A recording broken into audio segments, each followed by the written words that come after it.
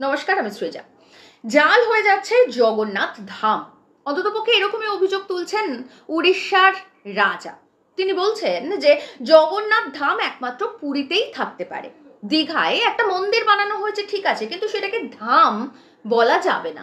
ধামটা যেন মুছে দেওয়া হয় ওই জগন্নাথ মন্দির থেকে, মানে দীঘার জগন্নাথ মন্দির থেকে। এরকমই আর্জি জানাচ্ছেন তিনি এ রাজ্যের মুখ্যমন্ত্রী মমতা ব্যানার্জির কাছে। আর এই সমস্ত বিষয়কে নিয়ে একেবারে উত্তাল রাজ্য রাজনীতি। শুধু কি ধাম নিয়ে উত্তাল? না, একেবারেই নয়। আসলে পুরো যে জগন্নাথ মন্দির যে জগন্নাথ ধাম দীঘাতে গড়ে উঠেছে তাকে নিয়ে সব দিক থেকে, মানে ঐতিহাসিক থেকে শুরু করে বর্তমান সময় পুরোটাই একেবারে উত্তাল, এটা বলাই যেতে পারে। কারণ একদিকে যেমন বললাম, এই ধাম শব্দটা নিয়ে সমস্যা তৈরি হয়েছে, মুছে দিতে বলছেন উড়িষ্যার রাজা। ঠিক একই রকম ভাবে পুরীর সেবাইতের বিরুদ্ধে দু জায়গায়, মানে জগন্নাথ মন্দিরের সেবাইতের বিরুদ্ধে দু জায়গায় পুলিশে কমপ্লেন করা হয়েছে, অভিযোগ জানানো হয়েছে যে যেমন স্ট্রিক্ট ভাবে বলা হয়েছিল যে পুরীর জগন্নাথ মন্দিরের যে সমস্ত সেবাইতরা রয়েছেন তারা দীঘার জগন্নাথ মন্দিরে কোনো রকম কোনো সাহায্য করতে পারবেন না। তো ওই সেবাইত তিনি সাহায্য করেছেন, এরকম খবর পাওয়ার পরেই দু জায়গায় পুলিশে অভিযোগ করা হয়েছে। এটা গেল আরো একটা বড় অভিযোগ। তার থেকেও বড় যেটা অভিযোগ সেটা হচ্ছে যে পুরীর জগন্নাথ মন্দিরের তরফ থেকে বা পুরীর জগন্নাথ মন্দিরের সেবায়িতদের তরফ থেকে অভিযোগ জানানো হচ্ছে যে সেখানে জগন্নাথ বানানোর পরে যে কাঠ বেঁচে গেছে সেই কাঠ নাকি চুরি করেছে এই রাজ্যের রাজ্য সরকার বা চুরি করেছেন মমতা ব্যানার্জি, এরকম একটা অভিযোগ উঠছে। সেটা শুনে আবার মমতা ব্যানার্জি বলছেন যে আমি কেন কাঠ চুরি করতে যাব, আমার বাড়ির জমিতে 3খানা নিম গাছ রয়েছে।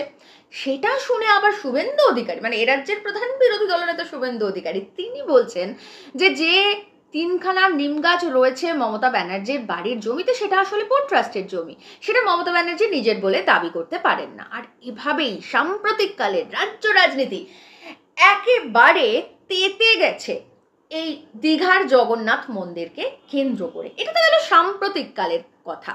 এছাড়াও আমরা যদি একটুখানি ইতিহাস নিয়ে আলোচনা করি তাহলে দেখব যে এই জগন্নাথ মন্দির, মানে দীঘার জগন্নাথ মন্দিরের কথা যখন প্রথম উঠেছিল, মানে প্রথম যখন মমতা ব্যানার্জি জানিয়েছিলেন যে উনি দীঘায় একটা জগন্নাথ মন্দির করবেন, তখন সেই জগন্নাথ মন্দিরের নীল নকশা প্রথম তাকে দেখিয়েছিলেন শুভেন্দু অধিকারী। মানে শুভেন্দু তখন তৃণমূলে মমতার খুব কাছের লোক, মমতার নিজের দলের লোক, তো সেই যে নীল নকশা সেটা কিন্তু প্রথম শুভেন্দু অধিকারী দেখিয়েছিলেন মমতা ব্যানার্জিকে, এবং সেটাও খুব গুরুত্ব দিয়ে ঝুঁকে পড়ে মমতা ব্যানার্জি খুব মনোযোগ সহকারে সেই নকশা দেখেছিলেন।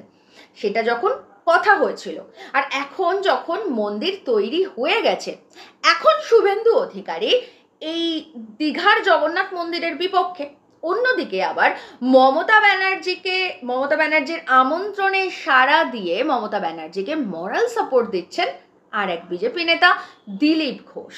গতকালই আমরা জানি গেছে কার্ল মার্কসের জন্মদিন, আর সেই কার্ল মার্কসের জন্মদিনে যে এরকম একটা ডায়ালেকটিক্স বা দ্বন্দ্বমূলক বস্তুবাদ যেটা কার্ল মার্কস আবিষ্কার করেছিলেন বা বলেছিলেন, যে দ্বন্দ্বমূলক বস্তুবাদের কথা, দীঘার জগন্নাথ মন্দিরকে কেন্দ্র করে যে দ্বন্দ্বমূলক বস্তুবাদ গড়ে উঠেছে তা বোধহয় এবছর মার্কসের জন্মদিনের সেরা উপহার, এটা বলাই যায়।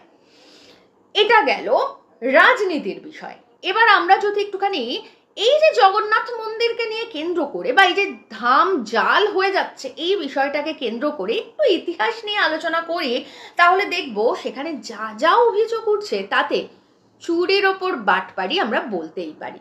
কারণ পুরীর যে জগন্নাথ মন্দির সেটা কিন্তু আসলে বৌদ্ধ পীঠ, ওটা আসলে বৌদ্ধদের ছিল। পরবর্তীতে বল্লাল সেনের আমলে ওটাকে, মানে বল্লাল সেনের বাবার আমলে ওটাকে দখল করে নেওয়া হয়েছিল, দখল করে ওটাকে হিন্দু মন্দির বানানো হয়। অর্থাৎ এই মন্দির বা পুরীর জগন্নাথ মন্দির প্রথম থেকেই কিন্তু বিতর্কিত। কারণ পুরীর জগন্নাথ মন্দিরে জগন্নাথ, বলরাম, সুভদ্রা 3জনের যে মূর্তি রয়েছে সেটা কাঠের। আসলে এই যে জগন্নাথ, বলরাম, সুভদ্রাকে পুজো করা হচ্ছে এটা আসলে শবরদের, অনার্য শবরদের জগন পুজো, অন্তত পক্ষে ইতিহাস তাই বলছে। জগন মানে গাছ, সেই জগন থেকে জগন্নাথ বা দারু ব্রহ্ম এসেছে।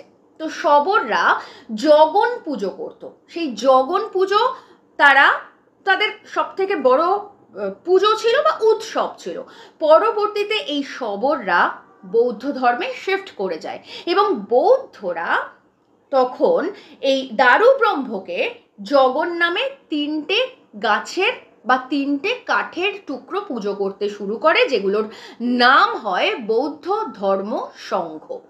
এভাবেই কাঠ পুজো চলে এসেছে শবর থেকে বৌদ্ধদের মধ্যে। আবার পরবর্তীতে এই যে পুরীর জগন্নাথ মন্দির বা বৌদ্ধপীঠ, যেটাকে হিন্দুরা দখল করে নেয়, তারা আবার সেটাকে অ্যাডাপ্ট করে নিয়ে ওই যে 3টে কাঠের টুকরো, সেটার নাম দেওয়া হয় জগন্নাথ, বলরাম, সুভদ্রা।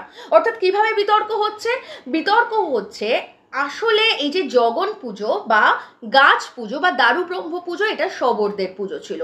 শবররা জগন পুজো করত, পরবর্তীতে শবরদের এই পুজোকে বা শবরদেরকেই অ্যাডাপ্ট করে বৌদ্ধরা, যেটা তারা 3টে কাঠের টুকরোকে পুজো করা শুরু করে, যেটার নাম দেয় ধর্ম বৌদ্ধ সংঘ।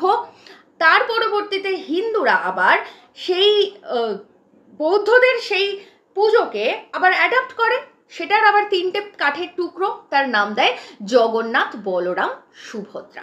এইভাবেই ইতিহাস চলে আসছে জগন্নাথ মন্দিরকে কেন্দ্র করে এবং পরবর্তীতে সাম্প্রতিককালে দীঘার জগন্নাথ মন্দির।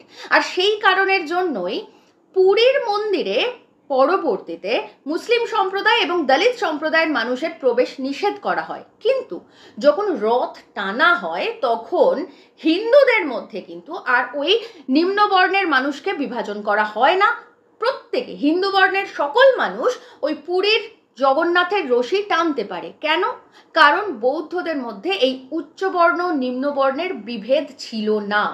তাই মন্দিরটাকে হিন্দুরা অ্যাডাপ্ট করলেও এই রথযাত্রাটাকে কিন্তু সমান রেখে দিয়েছে এবং সব বর্ণের মানুষ ওই রশিতে টান দিতে পারেন।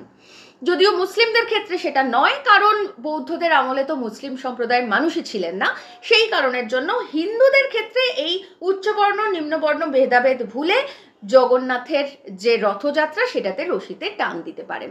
আর এভাবেই চোরের উপরে বাটপাড়ি বলে অভিযোগ উঠছে, কারণ হিন্দুরা বৌদ্ধদের থেকে মন্দিরটা চুরি করে নিয়েছে। এখন আবার মমতা ব্যানার্জি তিনি আবার এই পুরীর জগন্নাথের থেকে ওই কনসেপ্টটাকে চুরি করে নতুন একটা জগন্নাথ মন্দির বা জগন্নাথ ধাম বানিয়েছেন। আর এইভাবেই জগন্নাথ মন্দিরের যে বিতর্ক, সেই বিতর্ক কিন্তু ক্রমাগত চলে আসছে।